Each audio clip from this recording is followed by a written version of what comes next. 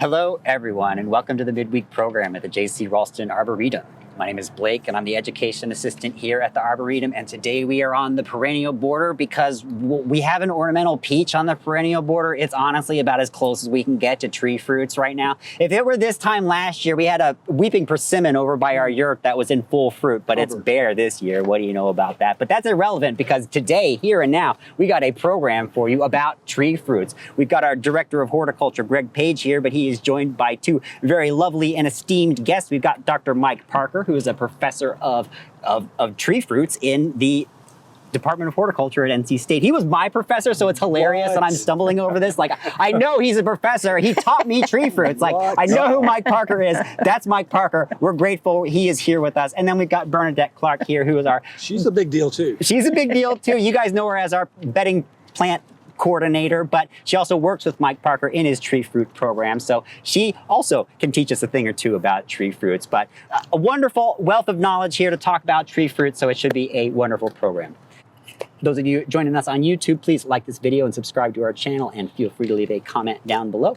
And with the announcements out of the way, I will pass things over to Greg and Mike and Bernadette to talk a little bit about tree fruits. A little bit about tree fruits. Thanks for joining, everybody. I love doing these kinds of character interviews, passive aggressively. It gives me the opportunity to meet that NCSU family of ours. I told Mike earlier, one of the reasons I took this job is I was told beforehand I was going to get to work with Bernadette, and that on occasion she would bring baskets of fruit to the garden. And I am a rabid consumer of all things peaches and apples. So also passive aggressively, this is an area of horticulture that I didn't do a lot in when I was in college. And that's one of my biggest regrets is I didn't, I went to Virginia Tech, they had that stuff there, but I didn't focus on it as much as I would have liked, because I really do like the process, and there's so much to learn and understand. That said, this is a ginormous topic. We're just going to get the tip of the iceberg today. And the way that I like to do these, as I've done in the past, is to get to know the folks that are involved with this and then talk about the subject matter. And I'm so glad that they brought props, because it's nice to actually see them. And I was salivating as they were driving down the path with all these apples. So one or two of these might end up coming home with me, I hope. It's the price of business today. But you've been introduced. The first thing I want to ask both of you, you've worked together for a while. Let us know how long that has been. And what is your official role and title here with NC State? Well, I'm a tree fruit extension specialist in the Department of Horticultural Science. So if it grows on a tree and you eat it, I get the opportunity to work with it. Being a land-grant university, we have extension, we have teaching and research. I have an appointment in all of those areas, but primarily with extension. Gotcha. I've been in North Carolina for a few years. Bernadette's been working with me the whole time. So I've been here since 1989. What's the math on that? It's 36 years. 36 years. That's absolutely amazing. Right. That's another reason I wanted to get these two people here at the same time while they're still here at the same time. That's great. Leading into all that stuff, I want to know why you kind of chose this as a direction to go into. My grandmother was very influential in me. With gardening, with plants, that's how I got interested in that. And when I learned that there were careers in that, it was kind of off to the races. How did you two get pulled into all things plants and fruit trees in particular? Well, I was raised in Michigan. My parents, they had a midlife crisis in their early life, and they went and bought an orchard. Oh, wow. They had off the farm income, but we had about 40 acres of fruit, primarily apples. And it was all open retail. We were open 10 months out of the year. And so that's how I came into it. In high school, I spent quite a bit of time in building design. I wanted to do some in architecture. So I went to Michigan State in landscape architecture. And I lasted one semester. I have no design skills whatsoever. So I ended up in ag engineering. So I was in ag engineering. And does anybody that's raised in the country know farming is not a job, it's a lifestyle. It is. So I got halfway through my ag engineering, and I picked up horticulture as my second major. And so I finished up with that, and I was getting ready to to go. I was one of those, if you couldn't learn it in 4 years, you didn't need to spend any more time at it. So there's a lot of truth there. I was getting ready to finish at Michigan State, and I had a professor who said, Mike, have you ever thought about your master's degree? I says, no. He says, well, I have to send you to Florida for 2 winters to work. Oof. So I'm not the smartest guy, but someone wants to pay for my trip to Florida and to give me an education. So I did that, and I was finishing up there, and I had a professor offer me a job to go and get my PhD in orchard management and physiology. And I says, not interested. He says, well, I'll pay your way. So one thing led to another, and I got my PhD in horticulture, orchard production and physiology. Very I good. came to North Carolina in '89, right out of grad school, and Bernadette's been, working my program for that time as well. That's a lot of time to spend with each other. How did you get started? What pushed you, Bernadette, into this direction? Oh, it was my background as a history major for sure. Of course. I was a history major for 3 years, and one day I was sitting there thinking, what are you going to do? Because you only have another year, because that 4 years, you were saying. Goes by fast. And so I thought, there's no way I want to teach. There's no way that I want to crawl around in the dirt and doing archaeological digs. Right. And I had taken a class, one of my electives in horticulture, and I, at that time, was spending time between classes in the conservatory, and I was enjoying that. And so I thought, well, why not? Let's try that. And so I switched majors, and the rest is history. My 4 years were actually 5, so I went the bonus round. Sometimes it works out that way. Right. What? Give us a day in the life. You mentioned lots of different things that you're responsible for, and I always hear here at NC State, people have they're juggling multiple balls at the same time. What's a typical day for you? There is no such thing as a typical day as you would expect an answer. Yes. So again, we do spend quite a bit of time. Again, as an extension specialist, my job is to support the county extension agents that we have in the state. Right. So I spend time on phone, responding, working with them. We also have departmental responsibilities that we have the access. But one of the biggest things, the thing that I like the best, is having a research program that's practical. It's all basically, I call myself a field rat. Right. Because the things that I do are primarily in the field. Yep. We have research plantings at the Sandhills Research Station, primarily our peaches there. We also have research plantings in the mountains outside of Asheville, where most of my apple work is at. So I spend a lot of time, our research projects there. We address real life issues. So most of my plantings are 8 to 10 year projects. Because if you put a tree in the ground, you don't really know a whole lot. Not yet, no. So you have to have a lot of patience to do anything in horticulture. Right. It doesn't happen at the wink of an eye or the wave of a magic wand. Right. My job is to kill trees, so growers don't have to have that opportunity. So we do a lot of that work. So, we spend a lot of time with that as well. Right. So there is no such thing as a typical day. No. And it depends on the season. Yes. The winter, we're doing a lot of programs across the state, working with grower groups. That we get into the summer. We have a lot of work with peaches. We get in the fall, we have a lot of work with apples. It's very seasonally oriented. And that's another question that I wanted to ask, kind of bouncing around things here. We get asked a lot from a perspective of weather and seasonality and the magic words climate change. I can point fingers at things in gardens that I've worked at where, I was telling somebody the other day, I'm talking about crepe myrtles. I worked in the Philadelphia area for a long time, and you couldn't grow them there. Now they're everywhere. Have you seen those kinds of things with fruit trees? And has that kind of given you a direction to go with things in some of the research that y'all have done? Not really. People would say, well, yeah, it does. But it really does not impact us with tree fruit. We're dealing with temperate zone tree fruit. They require a chilling requirement. Yep. We need at least 1,000 hours, 1,200 hours. We have no problems with chilling. We have chilling models running. So that's not an issue that we have. We start seeing one of our major problems with fruit crops is having frost and freeze in the spring, killing the blossoms. That's nothing new. No. If we look in the 1980s, 7 out of the 10 years, they lost basically a majority of their crop to frost and freeze. So now we don't see any issues there from that standpoint. Yeah. From changing temperatures. It's just always been a part of it. Right. Right. let's get into some nitty gritty. Let's talk a little bit about apples. I would garner to say that most people, when they think about apples, that Red Delicious is the only thing that exists to people. Yeah. To me, it's like eating a box of moist cardboard.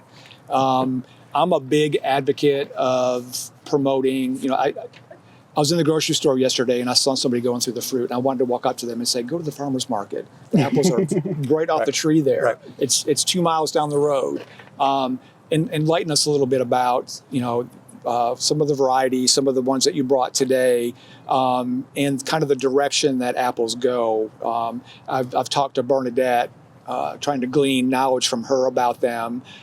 There's the ones that are bred for tartness, some that are bred for sweetness. I know there's a whole host of ones that are just for cooking. And there's heirlooms. Give us a little bit of history on some of the ones that you work with. Okay. Well, apples are not native to North America. Mm-hmm. Kazakhstan is where they're from. How long they've been in the North America, if we will, probably back to the 1600s. Mm-hmm. They figured that the Jamestown settlement may have brought them. There's a book that was written called Old Southern Apples. Lee Calhoun in Pittsburgh, someone asked him to find a Ben Davis apples. It's probably been 40 years ago. So he went. Lee was retired from the military, so he took it upon himself to find that apple. And in the process, he has written a book with 1,200 apple varieties listed. 600 of them can be found. Probably 600 or 800 that he can't find them. Mm-hmm. So he's got the great book here that he wrote. He and his wife went up to the USDA library and they took pictures from the USDA library. Back in the 1800s, when a fruit was sent in, they had staff artists that drew the pictures. Oh, wow. I mean, even they're phenomenal plates. Yeah. They even to the point where they actually have all the diseases written on the apples. So again, Lee goes through and does a real good history of apples, but things have changed. Red Delicious has gotten a bad rap. Yeah. Because of the management and how they're cared for. And people look at me and say, well, "Parker, you don't know what you're talking about." But a tree-ripened Red Delicious apple is not a bad apple. No. It's not the greatest apple. No. But if you pick the apple 4 weeks early, you put it in cold storage, then you bring it out and you put it on the counter in hotels, and people pick them up, it's a mealy mess. I like when they wrap them in plastic and then put them on the counter. That's right. It's safer that way. Yeah. But there are so many, there's so many different technologies that we have. There are many other apples now that I think are much better. Yeah. We also have to realize that the things are changing. When you look at an apple, the names that you see may not be a variety name. It may be a trademark name. Same with plants. Yep. Ornamental plants. Yep. Yeah. So we look at, we've got an apple over here, Pink Lady. Pink Lady is not the variety. Pink Lady is a trademark. Cripps Pink is the variety. Okay. So again, if you start looking in the grocery store, realizing you cannot grow these trademark varieties unless you're a member of that club. That club is either going to require tens of thousands of dollars for membership, or you have to be in a specific state. So if you buy it in a grocery store, historically, you could buy that apple yourself and grow it. No more. Yeah. Because a plant patent would last for 20 years and you could grow it. These are galas here. There are many different strains of galas. Gala is a very good apple from New Zealand. So again, if we look at the varieties there, they are changing. Again, what is the best one? Again, it really doesn't. It depends on the individual. It depends on the individual. I like tart ones. Irene is asking, what apples will grow here in Raleigh-Durham? Are there ones specifically that do well in this area? Yeah, again, growing apples is not for the meek of heart. It's not rocket science because I can do it. But again, it does take close attention to detail. So what can be grown in this area here? There's two things I look at. We look at apples, the color of an apple. Red coloring is brought about by bright sunny days and cool nights. We're picking galas basically in mid-July, mid-August. We don't have those cool night temperatures. So it's not going to be a nice colored apple, if you will. Gotcha. But again, if they're willing to maintain insects and diseases, because insects and diseases will eat your lunch. Yeah. I'm a horticulturist. I don't deal with insects and diseases. So there's things that we look at. So again, if they're attention to detail, if I'm going to try to grow apples here, I'd be growing them on a dwarfing rootstock. They're all grafted. So I would put them on a dwarfing rootstock, grow them, and then maintain insects and diseases. Sure. So if you were to grow a red fruited variety here and it didn't color up, would it still get the same flavor, or is that? Yeah. I have to be careful how I say this, but you ever seen those beautiful red delicious coming out of Washington State? Beautiful red. Beautiful. Absolutely. Red. Tastes like cardboard. So it's, again, the red color does not affect the flavor. No kidding. So again, if I was to be trying to grow in here, I'd probably, Gala would definitely be one I would look at. No kidding. Again, not expecting the bright red, but it ripens early enough where we can miss some of our disease complexes, our summer diseases that set up after we've harvested a Gala. Golden Delicious is also a good apple. If I'm willing to control cedar apple rust, there's nothing better than a tree ripened Golden Delicious at the peak of maturity. Sure. It won't store for long. And then you can also look at some of the heirlooms, but realizing because they're heirlooms does not mean that they've got great qualities. Right. Because they've been around. It just means there are different qualities, Greg, as you talked about. Right. So that's a good segue to talk about this publication that has your name on it, I believe. Yeah, it does. I had some students write that. We wrote that. And again, it's small-scale orchard management production. It's about 14, 15 pages that we go through and talk about what is required for growing tree fruit. It would talk about spacing, site selections, talks about rootstock, some of the varieties that we have. So it goes through, and again, this is available online. Again, the way we put them on the web, they look sort of ugly, quite frankly. That's a beautiful picture. But you go to PDF and you get the beautiful pictures. Yeah. Those are pink ladies taken from the mountains. Yep. I think that answers many people's questions. Yeah. And again, I always refer back to your county extension office if they've got information. But this is a publication I guess I would start with for people that have an interest. As long as we're talking about literature, we might also want to take a look at this here. Growing pecans in North Carolina. Is it growing pecans or pecans? What do you say? Yep. Yep. But he calls the thing in the ground, we say roots. He has to practice. He has to practice on that one. No so kidding. don't ask him about pecans. I had one of my peach growers. I'm not sure if we have time. Mrs. Johnson. I was saying, I work with the North Carolina pecan growers. We have a pretty good group. I says, Mrs. Johnson, they make fun of me the way I call them pecans. She says, Mike, you college professors need all the help you can get. She says, we drive to Florida every winter. They get in 95. And she says, we get out in 95 and all the exits say, clean restrooms, next exit. We get into South Carolina, past south of the border, all the signs say restrooms, next exit. We get into Georgia, and all the signs say pecans, next exit. So I'm not sure. Very well. They Yes. grow a lot of these in Georgia. they do. I grew up in Alabama on the Georgia border. We had 12 pecan trees in our yard.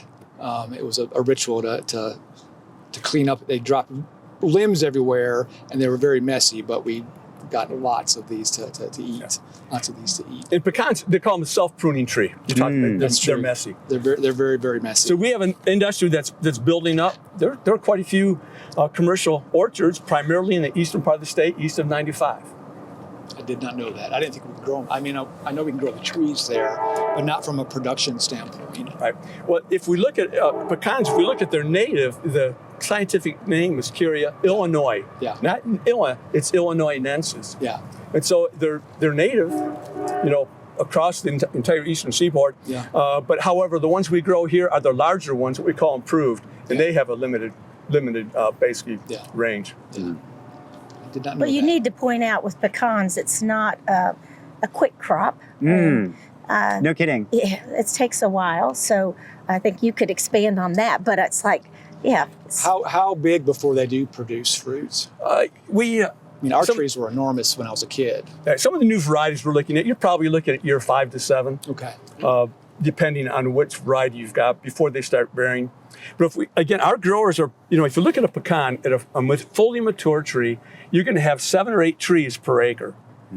But again, if growers are going to plant trying to generate revenue, they'll plant 36 trees per Closer acre. together. Yeah, 35 by 35, come in and remove trees over time. Yeah. But Bernadette, that's exactly right. You plant for the next generation. Yeah. When people call me in to work with them on pecans, I ask, can I have your kids, your grandkids there? Because again, when the trees start to get into production, start to become a challenge, most people are going to have to rely on somebody else. Yeah. Yeah. Let's talk a little bit about peaches. Okay. Because I want to save time to go through that table and do some stuff with what you brought today. We were talking earlier, and I have a very strange relationship with peaches. I when they're going full guns at the farmer's market, I get the biggest ones we can get. Wash them at the sink and just eat till I can't eat them anymore. I absolutely love peaches, and I like them like that. I don't need them in pies. I don't need them in jellies. I'll eat them in pies and jellies. And I just like them Fresh. and I can just ask my wife about that at some point. Tell us a little bit about what you've done with peaches, and also I'm sure we'll get some questions on which ones we can grow in this part of North Carolina, and some of the challenges with them. And there are many that I'm aware of. There's 200 varieties listed in many catalogs for trees to be purchased. Bernadette and I have been working, for a lot of our work, it's resulted in the survival of the North Carolina peach industry. Back in the 1980s, or basically 1880, there were probably 50,000 acres of peaches in North Carolina. And then over time, with some of the frost and freeze, that was down to about 12,000 acres in 1980. In addition to having frost or freeze that you lose a crop, there is a disorder called peach tree short life. It's related to nematodes in the soil and bacterial canker. And when I came here in North Carolina, most growers said their orchards, they could get 6 to 8 years out of an orchard in the eastern part of the state. That's not enough to make it profitable. So we've been working with different rootstocks, evaluating rootstocks from other places. And there's a rootstock called Guardian. If we're planting peaches in light sandier soil in North Carolina, the only rootstock that should be considered is Guardian. The only one that should be considered is Guardian. I can't overemphasize that enough. We just took out a planting, we're looking at some biochar, 2 years ago, and I think the trees that we had on level, we had 30% survival. If that. The ones that we had on Guardian, we had around 75 to 80% survival. So again, it's the rootstock is a major challenge. Again, there's some issues you have to work with. These are I picked some of these ornamental peaches back here, but you see it's a gold, basically exudate coming out of the fruit here. If you look at when a peach tree is wounded around the base, you'll see this exudate called gummosis coming out.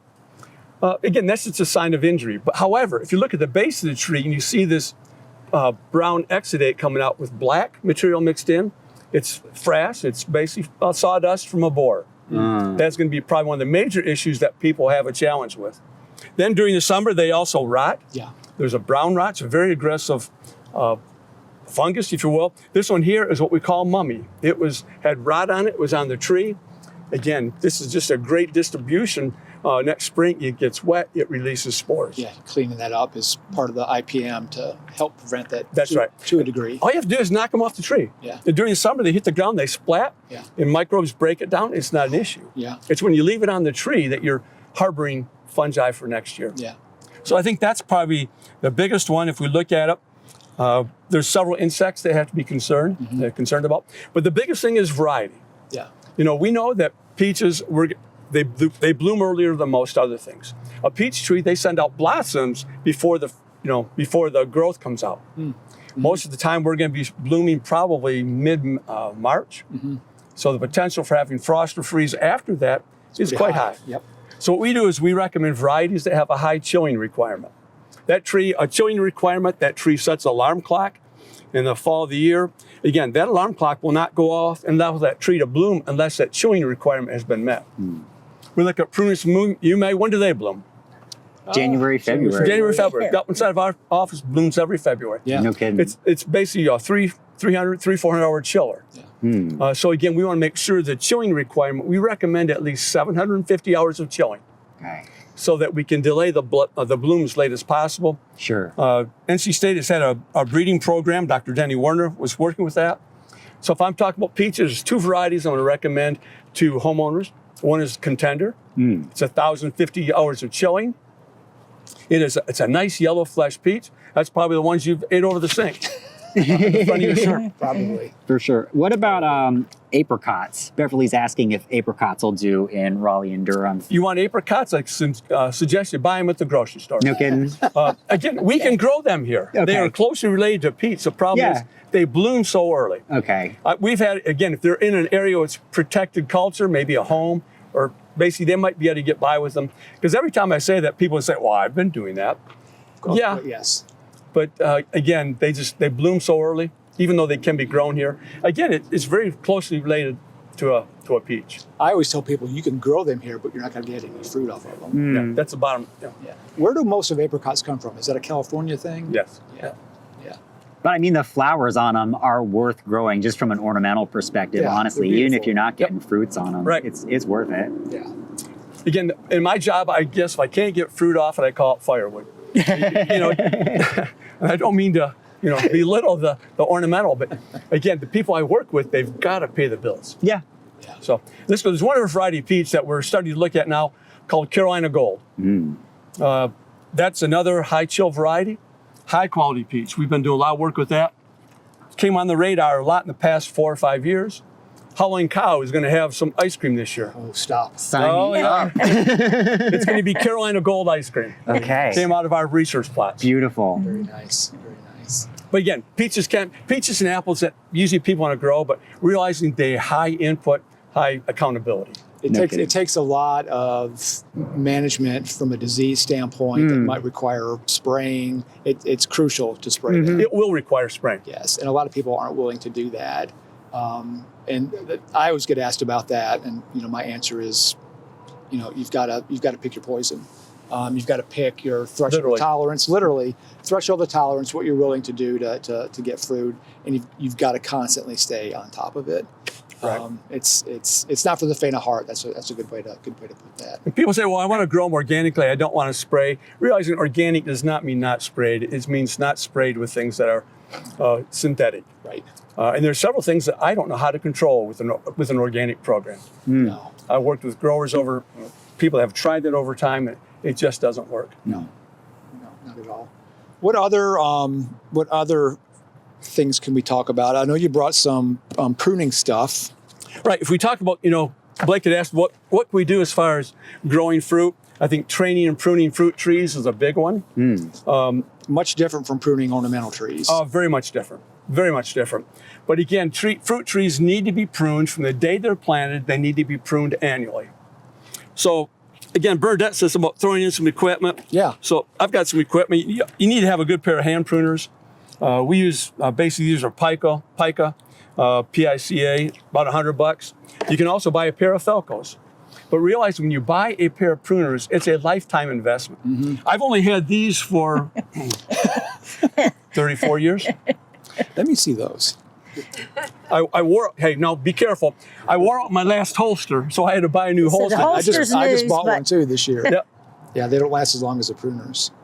So they're again, nice in the hand. Just you got to They find do feel good in your hand. what works for you. I knew somebody that picked grapes, and they used these for yep. cutting grapes. They're again when I buy pruning equipment, that's good. Again, I recommend bypass. Yes. You've got the hook Yep. and the blade that bypasses the hook, Yep. so that it cuts. A nice clean cut. Right. Yeah. So again, a good pair of hand pruners, nice pair of loppers. Again, these are Felco. They're 32-inch. Yep. Made in the United States. They're forged. These They're are long. Why do you have such long pruners I got such or short loppers? legs. So again, I can prune on a peach tree. I can go up and prune the top of that tree that I can pick from the ground. So again, we use a pair of loppers. I tell people loppers are good tools to have, and I'm going to be on his side, Bernadette, about them being long. It gives you a little more reach and leverage, but you don't want to be cranking down on something because you're going to do more damage. Anything you can't prune with this or your hand pruners, it's time for a saw. That's my personal outtake, but these are nice. Do you have a They've got favorite good- type of saw? Because we do. I don't think you have it. I didn't bring it in. Yeah. What's your favorite? It's called Silky. Yeah, the ones made in Silky Japan. saws, Yeah. Yeah, they're made in Japan, and again, they're made in Japan, but they're very fine tooth. They have, yes, they're fine tooth, So and it's a smooth. higher grade metal that they use also, I think. They're also used, if you look at that saw, we've only used those for about 10 years. They're also sold as a Japanese trim saw. Yeah, They have a very, very nice cut. I was lucky in one of my trips to Japan. We stopped in the town where they made them. No kidding. And in the wow. train station, they had a museum of all the different tools that they made. That's awesome. It was unbelievable, but all kinds of carpentry things, everything you could think of, they made. But they're really good stuff. You get what you pay for with tools, and it's an investment. You got to maintain them. Right. That's Yeah. important. Yep. So Kathy's asking, is the best time to prune the end of summer or the end of winter? Usually, end of winter is preferable. No kidding. The tree, we can talk about summer pruning, but Yeah. majority of pruning is going to be done late spring, early winter. Okay. What are some reasons you might do summer pruning? Yes, there are. Again, summer pruning usually is to open up the tree Okay. for light penetration. Sure. But when you summer prune, it's not going to be the same degree of pruning you do during the dormant season. Okay. You're only going to be taking out things that will be shaded or things that are shading. Okay. It's not the time to shape the tree. Gotcha. And some of us are getting older. I'm going to a pair of pruners like these now. We have growers that have basically tennis elbow comes in with repetitive movements. This thing here, I can cut about the same thing that I can cut with those loppers. Yeah. But again, when you buy it, you have to make sure. This one here runs about $800. Okay. And these you got to be careful because those yeah. things on the end don't have any feelings. That's right. blades. But again, when we use these, you look at it, it's the trigger. As soon as you take off the pressure, it opens back It up. opens back up. I was a kid, we'd use hydraulic pruners in the orchard. You pull the trigger. And they kept you on can't- going. Yep, you can't change your mind. Nope. Yeesh. Nope. So again, something like this here, you can buy cheaper ones, but we buy ones that are commercial, and they will, again, Yeah. they will make it. You don't want to drive all the way to Sand Hills and it's going to die in 15 minutes That's either. right. You want to have all good quality stuff. It pays for that. And then we use saws, as you talked about. I've got a battery operated chainsaw that we use. It's a battery operated chainsaw will cut you just as good as a gas powered one. I've come full circle with battery powered chainsaws. I like them better than the gas ones now. Yep. They've really refined the process with those. They're really come a long way. You can also use a sawzall, reciprocating saw, Yeah. one-handed saw. You can buy a blade. It's a pruning blade. No It is kidding. not if you try to use a regular wood blade, It's going to beat you to death. yeah, and they clog up real quick. Yeah. But if you put a pruning blade, it's very aggressive. That's what I use before I hit my chainsaw. Yeah. Awesome. So again, for pruning, I lost my notes here, but I think January 24th we'll have a training and pruning workshop at the Central Crops Research Station in Clayton. Nice. It'll be in the Johnson County Extension website. I think that goes from like 10 till noon. And it's fruit tree training and pruning. It's strictly tree fruit. Awesome. Yeah. All right.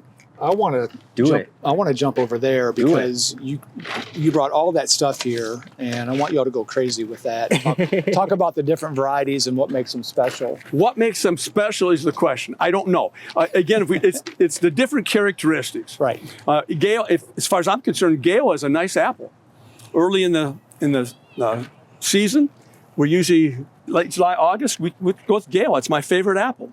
So again, we've got a little slicer here. Bernadette, you want to do this? I can do that if you want to Okay. talk. Sure, go ahead. So a slicer like this here, you can buy one of these slicers. It's only going to cost you about $800. But you will slice through apples like it's going out of style. You will basically wow your friends and your neighbors. That's a pie making machine right there. It is. Yes. Again, that's been harvested for 3 months. No kidding. So again, it's a little softer than I would like to see. It's good. But again, for its season, it's a good apple. No kidding. It's real sweet, real nice. Yes, it has. Again, we talk about what makes a sour apple sour. It's not basically lack of sugar. It's basically because of the acidity. No kidding. We want a good balance of acids and sugars. We can move to another apple here. The latest one. We picked these 2 weeks ago. Pink Ladies. It's from Australia. As we talked about, the variety is Cripps Pink. But they're sold as Pink Lady. You also look at this apple, have spots on them. The other thing that we have a problem with is hail. Our apple growers were hit with hail this year like you would not believe. It's just aesthetic. It's not going to. It's strictly aesthetic. And Mike, what apple do you recommend for baking? Gail is asking. Again, coming from Michigan, we had roadside retail. No kidding. What do you recommend for baking? It really depends. Okay. Because most of the time, when you bake an apple, what do? You put it in a pan, and what do you cover it with? Sugar. Cover it with sugar, cover it with cinnamon. Yeah. So again, really the thing is, do you want it to keep its shape or not? And so in North Carolina, Rome's have been sold. It's not the greatest eating apple, but it's very good for baking. Granny Smith, they hold their shape.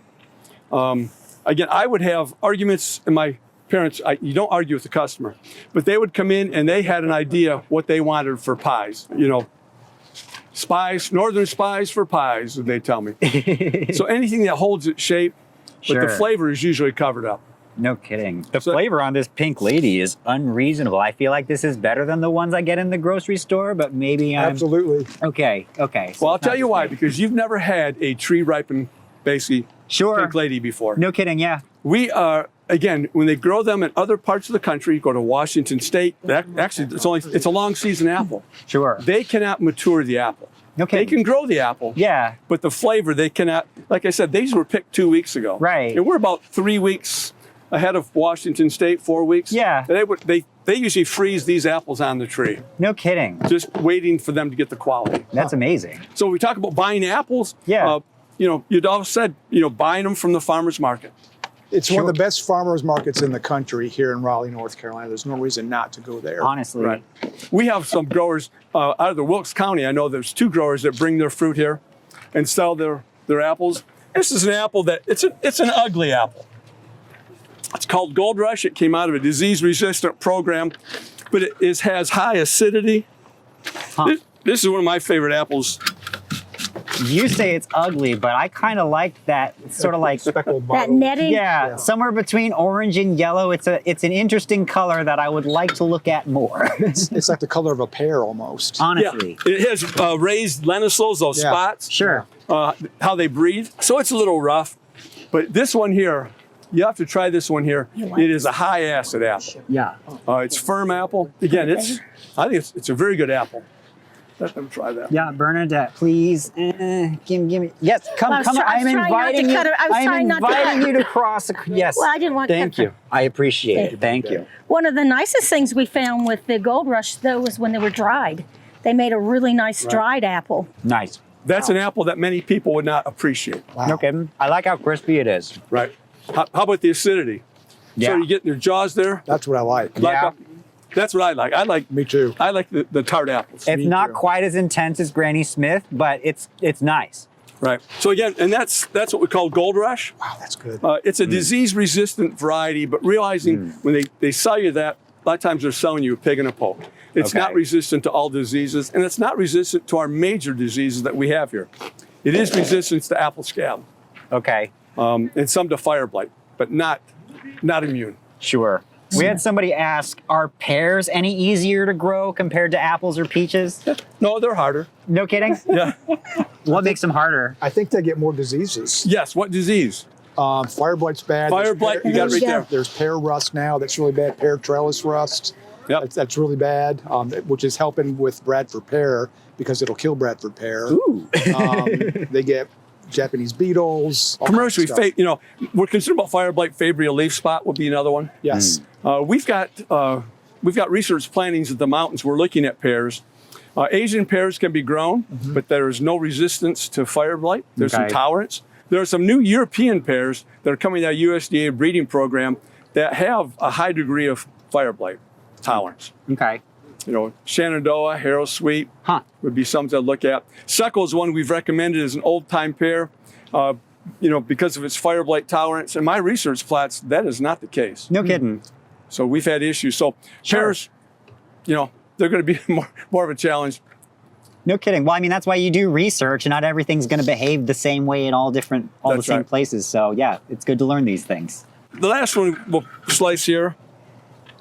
Fuji was developed in Japan. Ooh. Well, We're not gonna do that one. So what is that? Pay no attention to the man behind the curtain. Get internal breakdown. Here we go.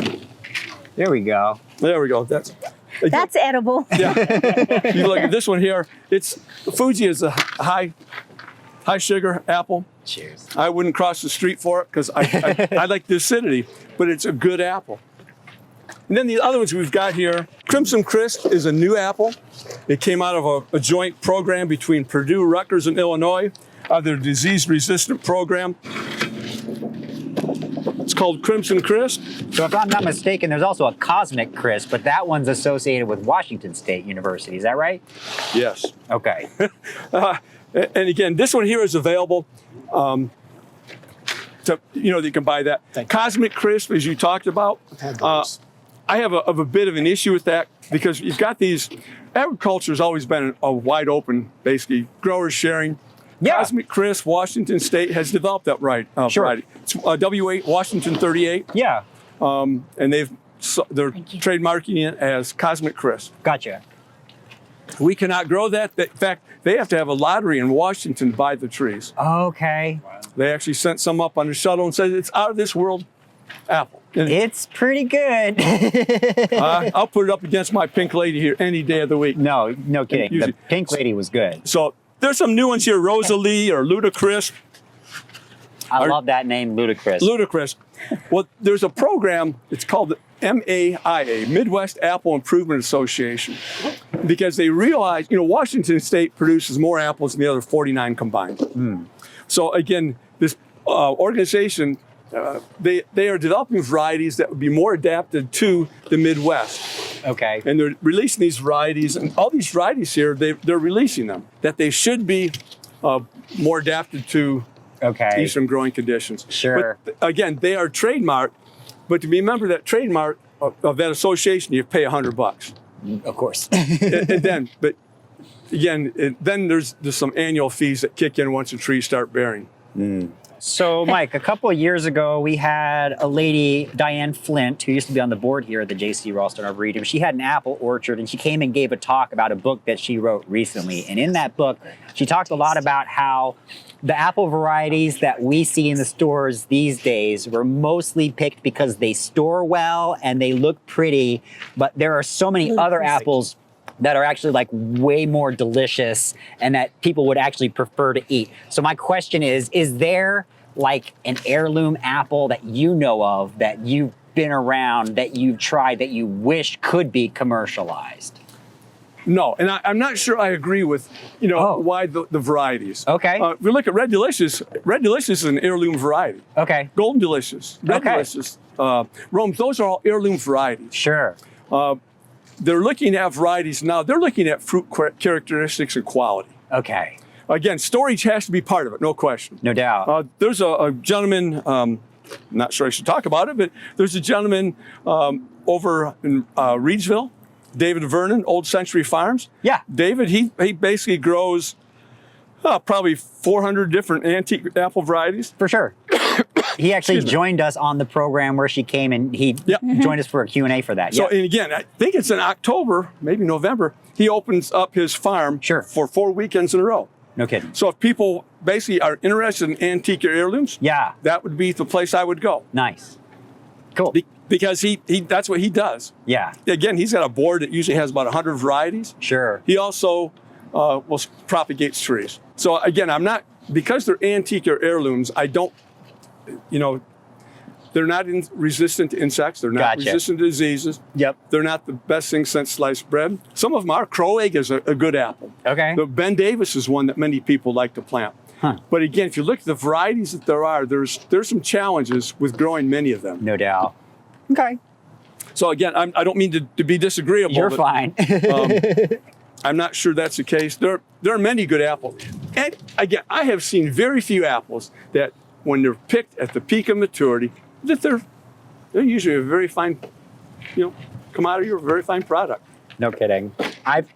Once upon a time, I was in Japan and I ate a Japanese persimmon right off the tree when it was the perfect amount of ripeness. Wow. And there will never be another fruit that was anywhere near as delicious as that fruit. So I get what you're saying. I wish I could experience that with the apple, but Yeah, it's the moment. Peaches. Oh no, don't even talk to me about that. How could anything in life be better than a fresh peach off a tree? Very few things in life. And this Ludacris, that's a very interesting flavor and very crispy. I did like it. That was pretty cool. Yeah, our growers are starting to plant those. How are we doing on time?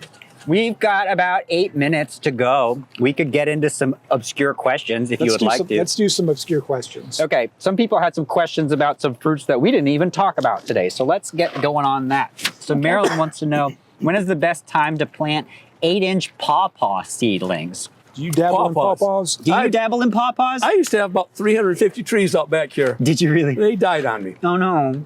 They started to go down, so we had to take them out. Pawpaws, they don't transplant well. Okay. That's the problem. No kidding. When we do them, we use them 4-inch forestry liners, 4-inch with a taproot. Okay. And again, we do that and they can transplant fairly well. The problem with that is pawpaws are cross-pollinated. Okay. Yep. I would surmise that most people have never had a pawpaw. Sure. Yeah. They've read about it. Definitely. But again, it's one of those things we had, like I said, we had 350 trees, 30 different varieties. In fact, Bernadette, she was the one that buttered them all up for us. No kidding. And we would take the fruit around and have people try them. I've got some friends because of that, and I've got some enemies. That's hilarious. What do you think about them, Bernadette? Oh, it's a flavor you either like it. Most people, they either like it or hate it. There's very little middle ground. I liked it. It has it's custardy-like texture, and it tastes tropical. No kidding. They'll tell you it's like mangoes or something like that, but it's banana apple-y to me. Yeah, it was taste to like me. It was a chicken. tropical. It just a tropical does not flavor. taste like chicken. But again, I think the texture is what turns people off. Yeah, I think it's become popular because it's a native. Yeah. And I know Penn State's done a lot of work on some cultivars, and other people have kind of jumped on that bandwagon. They're not the prettiest tree either. They sucker like crazy. That's right. Pretty, They got nice pretty leaves, flower. They do. There's one over there. I can see the fall color on it from here. Purple bloom in the spring. The flower's very unusual, pollinated by flies, I think. Why is it pollinated by flies? Because it smells like rotting meat. It does. Yeah, it's kind of disgusting. But they're becoming very popular because of those things, I think. So do you think this is something you would want smaller ones that have rather than the big already kind of established? We've got some planted down at the Central Crops Research Station. We've got them growing there. But yeah, again, when they're dormant, for sure. Okay. Because realizing that the roots will grow all winter long, as long as soil temperatures are above 50, 55. Yeah. Okay. Which we get that here. But the thing is, we talk about when the plants, you need to make sure the variety you have. Because a lot of nurseries will sell them, they'll say, basically, seed of sunflower, seed of Susquehanna. Realizing that seed is a result of cross-pollination. You're not getting all the genetics. That's right. You're getting whatever. That's correct. Yeah. So again, and they need to have 2 varieties for cross-pollination. The nice part about pawpaws, they'll grow in shade. Yeah. Before DOT took my house from me and called it eminent domain, I'm not bitter. It would be. But I had trees that were grown in 3rd story of shade. We had pines and gums above them, but they would crop every year. Huh. So pawpaws are the only crop that we can grow in shade. I never thought about that. Okay. Marianne wants to know, is it fast and easy to grow persimmons? Yeah, we'll just persimmons. American or Oriental? That's a fantastic question. Are there differences between caring for them in this climate? Oh yeah. Okay. I have seen more dead persimmon trees in North Carolina, No kidding? Oriental persimmon trees, than I've seen anything else. Wow. In fact, you look at the picture that we had for this, there was an Oriental persimmon. Yeah. And I usually don't recommend persimmons. No kidding? Because in North Carolina, the cold temperature kills the Orientals. No kidding. It's Diospyros K-A-K-I. Yeah. They're cold sensitive. You look at the literature, they say they're sensitive to, or they'll tolerate zone 5. I've seen more trees in North Carolina dead. However, the American persimmons, Diospyros virginiana, they are a large tree. Yes. So again, what we recommend is that you can buy trees that are the Orientals grafted onto American rootstock to pick up some cold tolerance. Some, but not a lot. Again, like I said, I've seen more dead trees. Gotcha. Usually people coming from other parts of the world or other parts of the country said, we grew them there, we're going to grow them here. Sure. And that's fine. Again, if you're growing them in a protected environment, Yeah. there's a good chance you might be able to grow them well. For sure. My sister's got one in her backyard that is protected and it grows well, but of course they didn't prune it such that they're able to actually reach the fruit. And even if they could, the birds beat them to it every single year. Yeah. Ours is protected, the ones by the yurts. Sure. It's got a lot of Yeah, cover, and absolutely. it's in a good location. Interesting. Yeah. Okay. So again, it's probabilities. When we talk to Right. people about it, Yeah. again, there's only 2 commercial orchards in North Carolina that have survived that I'm aware of. Huh. Awesome. Kathy wants to know, what about Bing cherries? Can we do those here? You can grow the trees Okay. for a while. For a while. Bings are sweet cherries. Yeah. Prunus ceraceus. Again, cherries, sweet cherries are one of my favorite crops. It's a Michigan thing. It's a Michigan thing. It is. but I find that I can grow them, or I can buy them cheaper than I can grow them. Yeah. The problem is they bloom early. We used to have some in the back of the Arboretum here. The problem is that the birds like them. They like them very much. And trying to keep the birds off a tree, I don't know how to do it. They're also sensitive to a bacterial canker. Okay. We've got some plantings over in Alamance County, a demonstration orchard there, and canker is moved in significant, caused significant tree damage. So again, and that's sweet cherries. Sure. Again, you grow sweet cherries, and they need to be cross-pollinated, so you have to have 2 varieties. Sour cherries can be grown, 1 variety. But again, we have to worry about diseases that move in. They bloom early. We also have cherry leaf spot that can be a major issue. Gosh, not for the faint of heart. And again, in this publication, we talk about a lot of that. Yeah. Because I guess when I work with people, I want to give them the highest probability for success. Surely. And As do we. no. But there's always people that want to make me a liar out of me. Sure. Yeah, everybody's got a better way. That's right. Yeah. Okay. We'll do one more question. Ernie wants to know, does what you're sharing about more mainstream fruits apply to olives too? And he says, where is the line of zonal growth moving west? Does that mean anything to you guys? For olives. For olives. I know there's some people in Georgia growing them now. I believe I don't know how successful they've been. That was early on in my career at Bartlett that I knew that was going on. Yeah, it's been a while. They've got a couple olive plants in containers down at Neomond, and they look rough. Again, I've had people call me over the years wanting to plant olives, and usually look at olives for olive oil. Sure. And again, like I say, I can show you where to buy olive oil fairly reasonable. Right. With a lot less stress. I've never seen, again, the plants grow. Sure. I've never seen the fruit, and I had an agent from basically down the coast. She sent me a picture last week showing me a tree that had olives on it, 8 or 10 olives. Arbequina is a variety. Sure.